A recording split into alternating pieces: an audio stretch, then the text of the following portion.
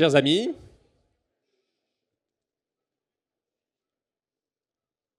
c'est avec joie que je vais vous présenter la prochaine oratrice, Rachel Kahn, une femme qui interpelle par ses idées, par ses paroles, par ses écrits.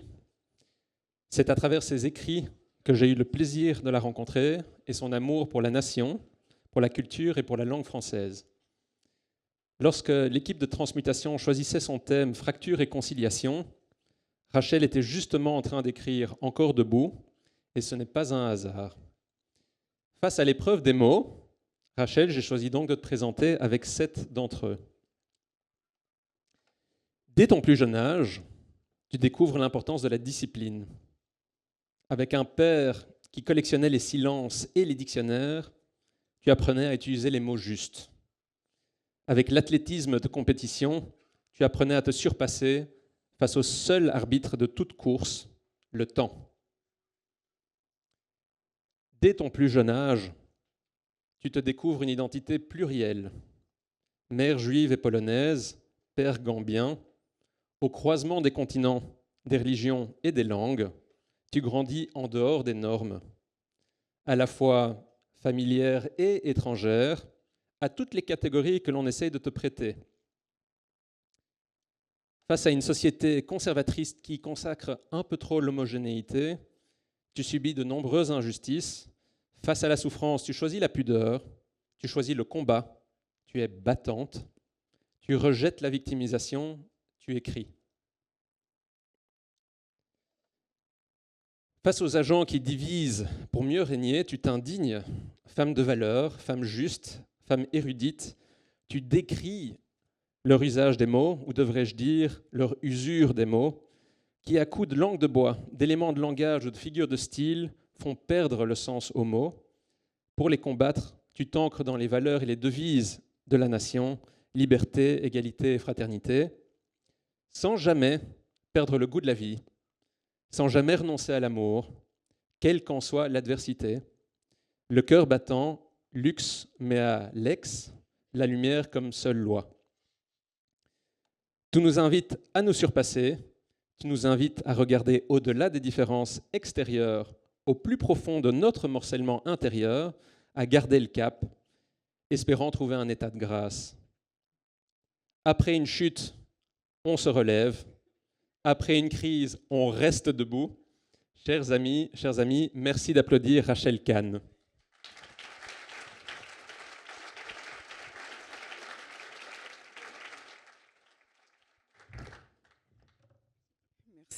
Merci beaucoup Sébastien. Merci Stanislas pour l'invitation. Merci à toutes et tous d'être présents. Juste pour la petite histoire, parce que c'était, je ne sais pas si c'était fait exprès ou un private joke, il s'avère que je suis tombée dans une mare hier, j'avais de l'eau jusque-là. Je me suis relevée pour être avec vous ce matin. Il n'y a pas la photo comme pour Philippe du livre. Parce que moi, c'était l'inverse. Il y a une dame qui m'a dit, bah, dis donc, vous êtes beaucoup mieux comme ça. C'était juste une question de cheveux. Elle m'a dit que j'avais perdu 10 ans. Mais comme il s'agit des cheveux, je ne veux pas m'auto-offenser. Vous voyez ce que je veux dire ? Merci beaucoup pour cette présentation avec les mots, parce qu'effectivement, j'ai grandi dans les silences de mon père, dans ceux de ma mère aussi, c'est vrai, qui était une enfant cachée pendant la guerre, puisqu'elle est née en 1940. Par chance, elle a retrouvé mes grands-parents à la sortie des camps de concentration, à l'hôtel Lutetia. Et aussi, j'ai grandi dans les dictionnaires de mon père et de ma mère, puisque je voulais saluer les libraires qui ont tous les livres et qui sont présents. Ma maman était libraire et mes parents se sont rencontrés dans une librairie. Donc, Freud est juste à côté de moi pour comprendre ce pourquoi j'écris des bouquins. C'est vraiment une émotion, en fait, d'être là, ouvert, de prendre ce temps de la réflexion sur ces sujets qui m'animent. Si j'ai accepté tout de suite, c'est parce qu'il y avait ce mot transmutation. Et c'est vrai que pour une fois, je vais parler de mon naissance, de par ses origines, entre le Yiddishland, la Pologne, l'Afrique de l'Ouest, je me sentais mutante.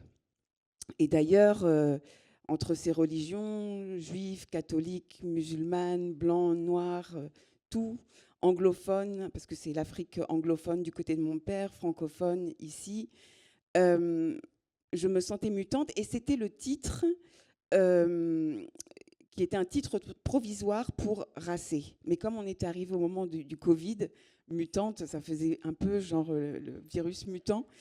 Mais pour vous dire que finalement, c'est ça. Je fais beaucoup de choses, mais que ma passion, en fait, c'est de transmettre cette mutation dans le sens positif. Donc, transmutation, transmettre cette mutation pour pouvoir justement se relever, notamment quand on tombe dans une mare au canard. Voilà. Donner des clés, donner des armes, en fait, pour justement se dépasser à l'intérieur de soi et permettre cette conciliation, pas réconciliation, mais cette conciliation entre tout ce que nous sommes. Il faut d'abord commencer par soi. Alors, juste vous présenter ma prise de parole générale. Déjà, je voulais remercier les organisateurs pour l'ordre de passage. Parce que souvent, lorsque vous êtes une femme comme je suis, avec des origines, alors on va vous dire racisée, je reviendrai sur ce mot tout à l'heure, on vous met en premier, comme si c'était super d'être en première. Ben non, moi je préfère voir ce que font mes camarades hommes blancs de plus de 50 ans pour voir pour faire mieux.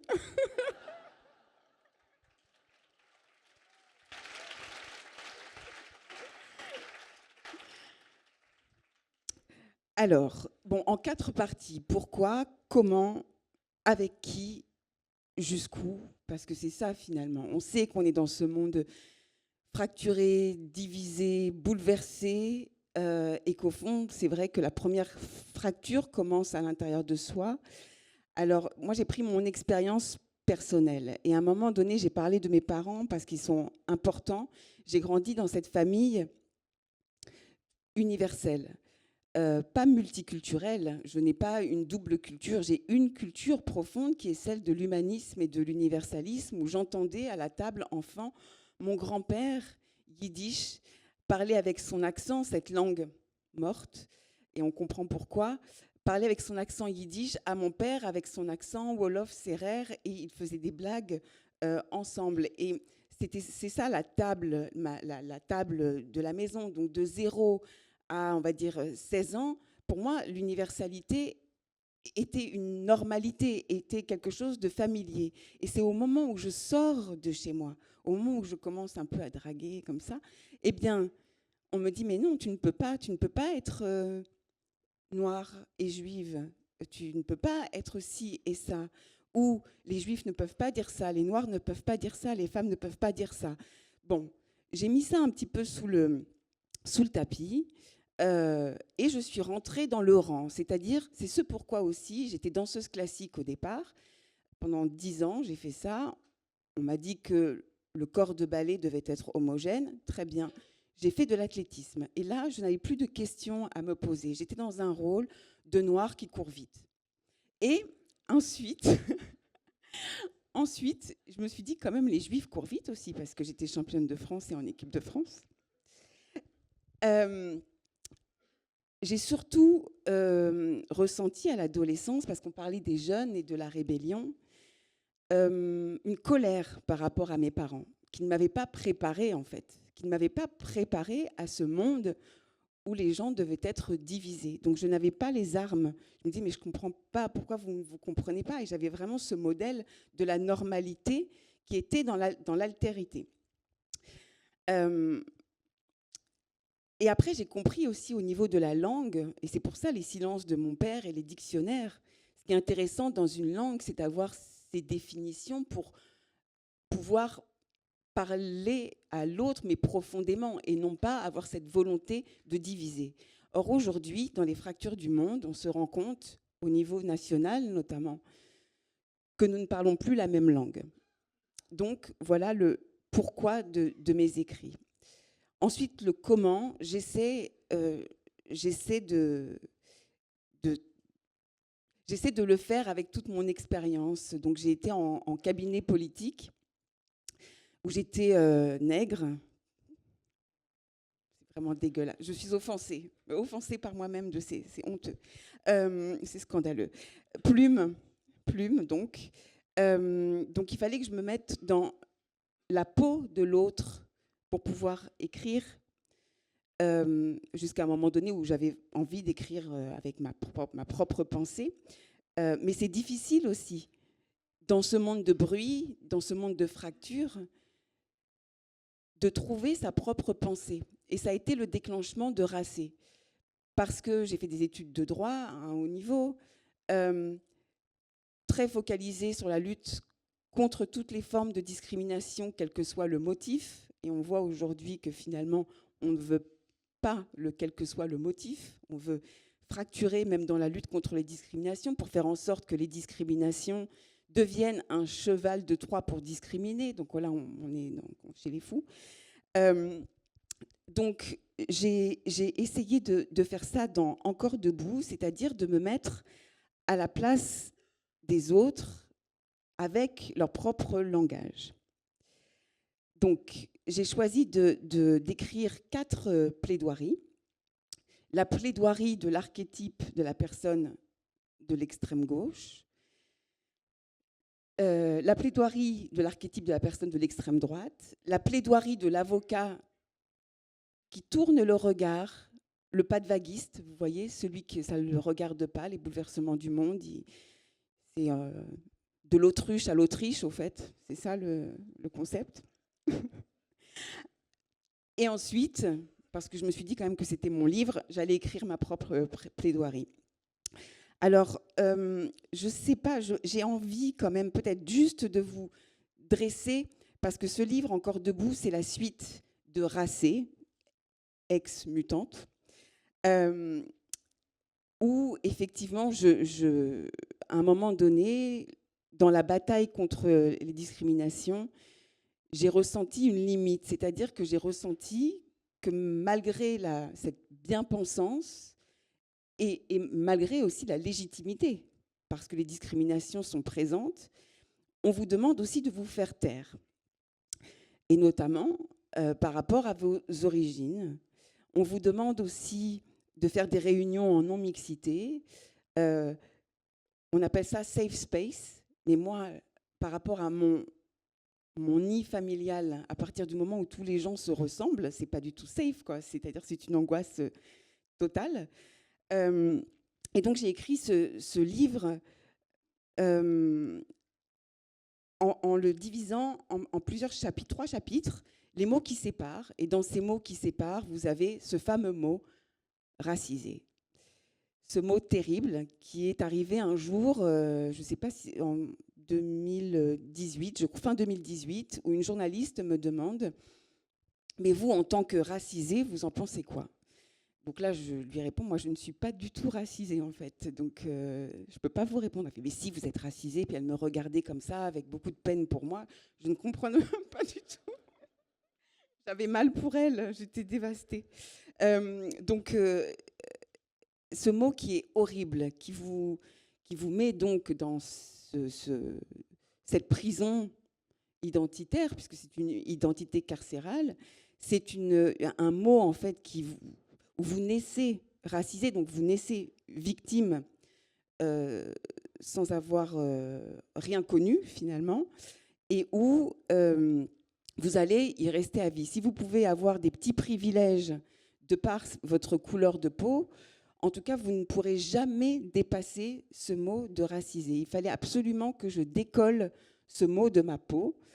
Et donc, j'ai trouvé un autre mot dans le dictionnaire de mon père, et dans ses silences, racé, pour en donner une troisième définition. Racé, vous savez, ça peut être un cheval racé ou une belle femme, un bel homme racé avec élégance. Donc c'était l'inverse de baisser la tête. Et puis, puisqu'on dit qu'un gâteau est sucré, eh bien, des chips sont salés, eh bien, avoir plusieurs races en soi, c'est racé, mais au fond, c'est un pied de nez pour répondre à ce mot détestable. Après, il y en a d'autres mots qui nous fracturent. Les mots qui ne disent pas la vérité, au fond, parce qu'on est dans une bataille contre le réel, une bataille contre la vérité. Afrodescendant. Et moi non plus, elle me dit oui, alors bon, en tant qu'afrodescendante. Bon. Elle insiste sur... En fait, elle me définit comme ça je sais pas, en me qualifiant de mots qui ne me ressemblent pas du tout. Je ne suis pas afrodescendante. Je suis de père immigré d'Afrique. Donc, c'est toute la différence. Afrodescendant, ça voudrait dire que je viens des Antilles, par exemple. Il y a une déportation du fait de l'esclavage aux Antilles. Et donc, les États-Unis, ils sont afrodescendants, mais je ne suis pas afrodescendante. Donc, tous ces mots-là, je vous passe les mots quota, etc. Ensuite, dans ce langage qui nous divise et qui nous fracture, il y a aussi ces mots qui vont nulle part. Alors, ceux-là, ils sont terribles. Par exemple, vivre ensemble. Alors, plus on emploie le mot vivre ensemble, plus on se déteste. Hein. Vous avez remarqué quand même, on ne peut pas se saquer. Mais dans chaque discours, les élus, il y a quand même des figures imposées, comme au patinage artistique, le vivre ensemble, etc. Donc le vivre ensemble, c'est un mot avec on ne sait pas d'ailleurs comment l'écrire. Est-ce qu'il y a un trait d'union, pas de trait d'union? C'est un mot où il y a un verbe qui n'est pas conjugué. Et moi, mes parents m'ont appris que lorsqu'il n'y avait pas de conjugaison, déjà, ça anticipe une fracture. Et surtout, ça n'est pas en action. Si on était dans le vivons ensemble, ou nous vivons ensemble, ou voilà, ce mot conjugué permet une impulsion en fait de l'action. Et puis enfin, j'abordais les questions des mots qui réparent. Alors, pas des mots qui parent, mais des mots qui réparent. Donc là, de chercher les mots dans la conciliation. Et pour répondre en fait à un échange qu'on a eu tout à l'heure à la table sur les jeunes et ces questions identitaires, puisqu'au fond, ils vivent quelque chose d'assez douloureux et on n'arrive pas très bien à répondre à leurs interrogations ou à leur mal-être. Moi, il y a un mot que j'aime beaucoup, mais c'est peut-être parce que j'étais nègre en cabinet politique, plume. Pardon de vous avoir offensé. Je vais faire une génuflexion. Le mot signature, parce qu'en fait, racer, et pour ces petits-là, qui se posent des tonnes de questions sur leur identité, est-ce qu'ils sont musulmans, est-ce qu'ils sont catholiques, est-ce qu'ils sont français, est-ce qu'ils sont belges, ils sont leur nom et leur prénom pour pouvoir devenir. Dans le Talmud, on dit « je suis ce que je serai ». Et je crois que cette signature en mouvement, c'est le meilleur moyen aussi de pouvoir se réparer intérieurement. En tout cas, c'est les clés que j'aimerais vous livrer et surtout que je livre à notre jeunesse. Comment tu ferais vivre ton nom et ton prénom tout au long de ta vie. Alors ensuite, pourquoi j'ai écrit Encore debout? Stanislas, tu me dis par rapport au temps, au chrono. Ça a commencé cet été, enfin l'été dernier. En fait, il y a mon avocat, Richard Malka, il me dit, dis donc, je ne sais pas ce que tu as, tu les aimantes. Alors c'est vrai que se cristallise par rapport à ce que j'écrivais sur Racé, par rapport à ce rapprochement dans ma propre pensée, je cristallise en fait des personnes. Et notamment l'été dernier, c'était pas Dieudonné, c'était pas Rima Hassan, c'était Médine. Alors Médine, c'est donc un influenceur de haine, c'est pas un artiste, hein, qui était invité dans les journées d'été d'Europe Écologie des Verts et aussi de LFI, et qui a trouvé de bon ton de faire un jeu de mots sur mon nom, Khan. Et je vous parlais de nom et de prénom tout à l'heure, donc de rayer ma signature au fond, et de ricaner de ma signature. Et puis ensuite, il y a eu la rentrée, et puis ensuite je me suis dit, mais quand même, on a tellement de personnes qui ont disparu, des Arnaud Beltrame, des attentats, des Charlie Hebdo. Sommes-nous à la hauteur de nos morts? Parce qu'à chaque fois, on a des discours, on voit passer on appelle ça des polémiques, les influenceurs de haine et les réseaux sociaux. Ce n'est pas des polémiques, hein. c'est des petites graines de haine qui donnent ensuite des morts. Et on fait toujours les mêmes discours. Et finalement, la République est toujours là. Et c'est un miracle, en tout cas en France, qu'elle soit encore debout. Donc me vient ce mot. Et puis après, il s'est passé au niveau mondial. Alors, je travaillais assez sur l'Ukraine, la Russie, mais ensuite, d'un point de vue personnel, il s'est passé le 7 octobre et la déferlante d'antisémitisme, d'actes en Europe et notamment en France, avec toujours les discours, les bougies. Mais donc, on voit bien que ça ne nous répare pas du tout, parce que je crois qu'on a passé l'âge, en fait. On est adulte, donc... et j'ai senti on en a parlé, je crois, tout à l'heure, une fatigue, un épuisement. Et un épuisement d'entendre ces personnes des différents partis politiques avec leur langage. Et ça nous donne finalement une espèce de ronronnement, un bruit de fond, où on ne sent pas en fait d'impulsion concrète en acte pour nous concilier, pour nous réparer. Et plus les drames sont importants, plus les haines et la violence insufflent dans nos communautés, sur les réseaux sociaux, etc., moins finalement on prend le sujet à bras-le-corps et on continue avec une petite musique que sont devenus les discours. Et pourtant, il y a des mots qui nous séparent, et j'y viendrai par rapport à ces différents représentants, mais il y a aussi ces mots qui nous réparent. Là, il n'y a pas si longtemps, les Jeux Olympiques de Paris, j'ai entendu tous les jours, on entendait le mot ferveur. Et le fait de dire ferveur, ça nous mettait dans une ambiance de joie et de solidarité. On ne disait plus vivre ensemble, on disait ferveur. Bon. Alors peut-être pour avancer, moi je crois que j'aimerais bien vous donner juste, vous lire peut-être un exemple de ce que j'ai fait sur la plaidoirie. La première plaidoirie, la plaidoirie de l'extrême gauche. Je ne vous lirai pas tout, juste la description de la personne. Et ensuite, puis en plus, si je lis tout le livre, après, vous n'allez pas l'acheter. Alors, c'est pas très... Après, les libraires, ils vont me dire, mais qu'est-ce que vous avez non, mais c'est pas ça. La plaidoirie de l'extrême gauche, parce que plus c'est douloureux, il y a cette chanson qui dit « Souris puisque c'est grave ». Et moi, je me suis vraiment amusée à écrire les descriptions des avocats et les différentes plaidoiries. La parole est à l'avocate de l'extrême gauche. Devant le président de la Cour et les deux assesseurs, émerge l'avocate de l'extrême gauche. Ses cheveux bleus, tels des vagues d'océan gelés, encadrent son visage, créant un contraste saisissant avec la réalité plus complexe que sa vision manichéenne en noir et blanc. Chacune de ces mèches est une rébellion, une déclaration de non-conformité, un cri de ralliement à un monde révolutionnaire, anti-Occident, peroxydé. Dans sa robe d'avocate, ses vêtements sont un patchwork de lutte sociale racontant une histoire de solidarité. Elle est l'archétype du style bohème, de l'anti-establishment incarné, portant fièrement sur sa ceinture un bouton de wax, tissu africain dont elle ne connaît pas l'histoire, mais ça fait le job.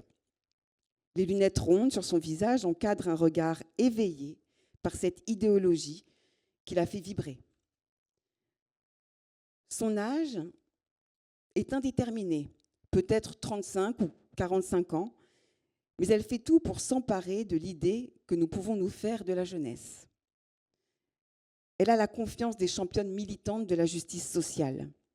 Son débit est rapide, peut-être trop, mais son articulation, dont l'assurance hérite des miracles de l'appareil dentaire qu'elle portait autrefois, lui permet de s'exprimer d'une voix décomplexée et passionnée pour les droits des opprimés. Elle incarne la force de l'activisme, une figure qui se bat pour un idéal. Sa radicalité est vitale.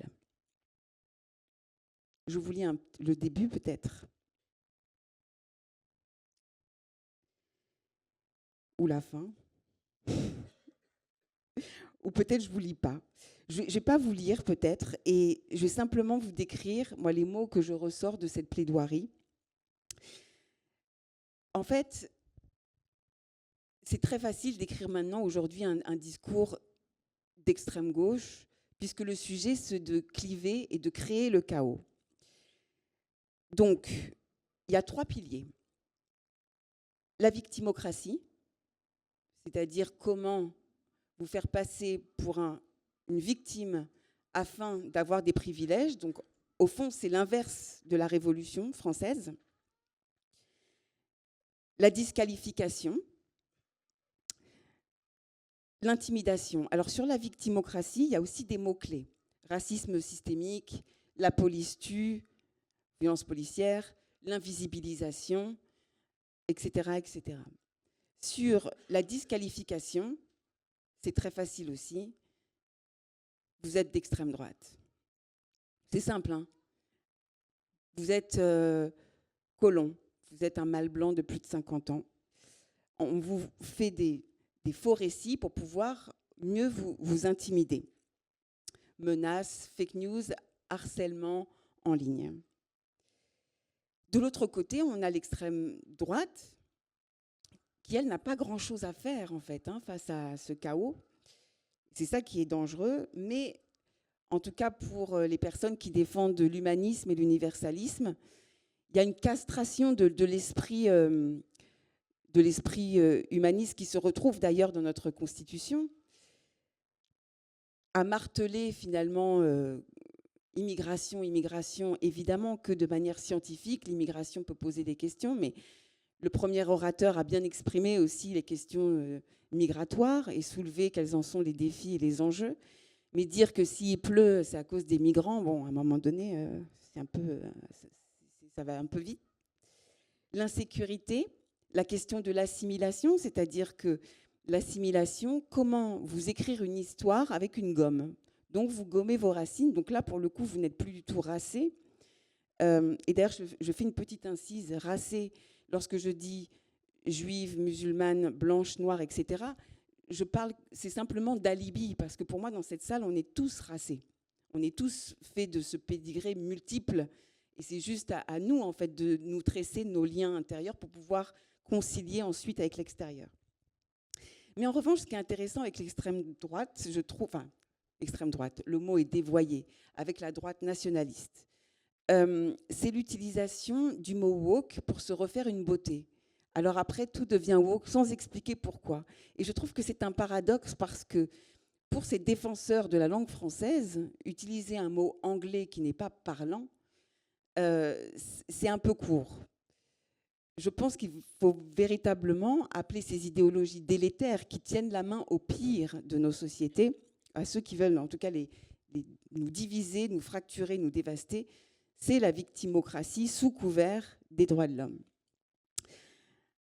Et puis, il y a cet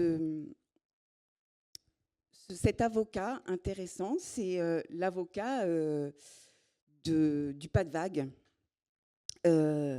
L'avocat du pas de vague, j'aimerais quand même peut-être vous lire la description, si je la retrouve.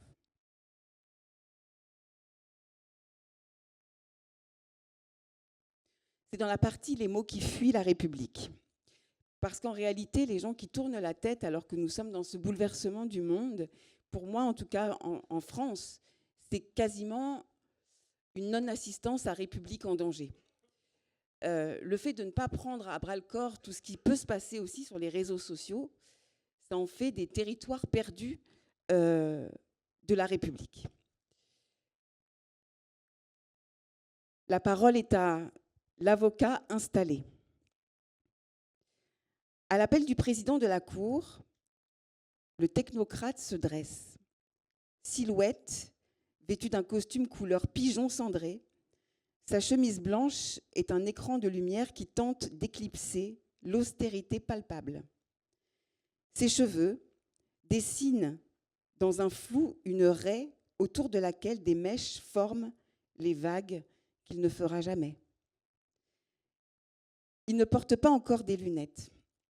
Il est bien trop jeune pour cela. La vision de sa carrière est précise. Même si sa taille modeste lui impose depuis toujours de se tenir bien droit pour grappiller quelques centimètres et un peu de hauteur de vue, les statistiques, les chiffres, Les réglementations qu'il porte dans son dossier en carton sont son armure. Il incarne avec force l'essence même de l'inefficacité bureaucratique, un loup contemplatif de lui-même derrière cette façade d'acier. L'esprit est affûté, le cerveau calcule, planifie pour que la mer reste calme. Il est le gardien de l'ordre, l'architecte des politiques publiques, le penseur des acronymes, le déchiffreur des lois. Il en a fait des coups dans l'ombre des cabinets, sans jamais se mouiller, contrairement à moi dans la mare, là. Il sacre certains, en destitue d'autres, lance et sabote les carrières. C'est un énarque, il en rit, il est l'âme d'un système, il est de tous les conseils d'administration, il a l'oreille des puissants, planqué, il manœuvre en sourdine entre chien et loup, rien ne peut lui arriver. Son costume sur mesure est taillé pour l'univers impitoyable des coulisses du pouvoir. Et ensuite, il y a la plaidoirie de ces personnes qui se cachent derrière des chiffres, alors qu'on va droit dans le mur par rapport à la réparation, la conciliation.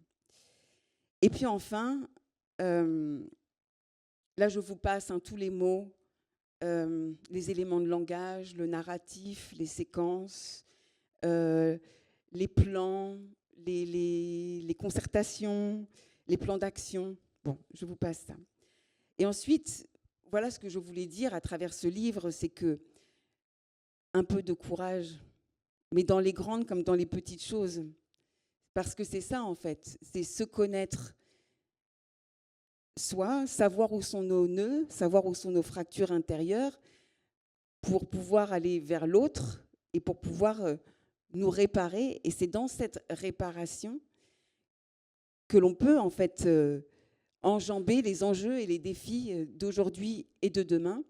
Et dans la réparation, peut-être ça va vous étonner, mais dans cette conciliation, j'aimerais aborder le mot créolisation. Parce que le mot créolisation a été, et toujours, approprié par l'extrême gauche et l'extrême droite. Et ça me fait mal au cœur parce que j'ai eu la chance de travailler avec le papa de la créolisation, qui est Édouard Glissant, grand philosophe, trop méconnu par rapport à son talent, et qui avait inventé ce mot-là dans une philosophie de la relation. Et Philippe rappelait l'importance de cette relation, celle qui fait le lien, celle qui tisse ou qui métisse, mais ça on s'en fout du métissage, en tout cas celle qui tisse. La créolisation, c'est pas comme le dit Jean-Luc Mélenchon, où tout le monde viendrait avec un petit punch, habillé tout le monde pareil en créole, machin, on danse le zouk et c'est super, c'est pas du tout ça. Et c'est ni ce que dit Zemmour, où il y aurait finalement une espèce de ce grand remplacement avec très incisif, avec des kebabs partout ou je ne sais quoi dans sa bouche, c'est ce qu'il veut signifier sur la créolisation qui serait un danger. La créolisation pour son père, pour celui qui a écrit, c'est comment se sortir du chaos. C'est faire relation, être en relation. C'est-à-dire qu'en fait, il a pris ce mot, alors c'est un mot dangereux, c'est un faux ami, parce qu'il vient donc des Antilles, Édouard Glissant, et après tout ce qui a pu se passer sur, évidemment, traite négrière, il a bien fallu que ces îles puissent être libres, mais vivre bien en étant libres. Et donc, il a fallu s'ouvrir au monde. La créolisation, c'est ce que nous avons vécu pendant la période Covid. C'est-à-dire où on était à l'heure de la Chine, des États-Unis, à l'heure de notre voisin aussi, où on était chez soi, mais profondément aussi à l'écoute de ce qui pouvait se passer ailleurs. Il n'y a pas de conciliation, de réparation et de sortie du chaos possible si on n'est pas dans une relation. Mais pour être en relation, il faut avoir un langage commun. Et comme dans cette salle, nous sommes tous des conciliateurs, j'aimerais qu'on puisse faire l'effort, chacun, dans les mots que l'on choisit, d'être dans cette conciliation et réconciliation. Je vous remercie.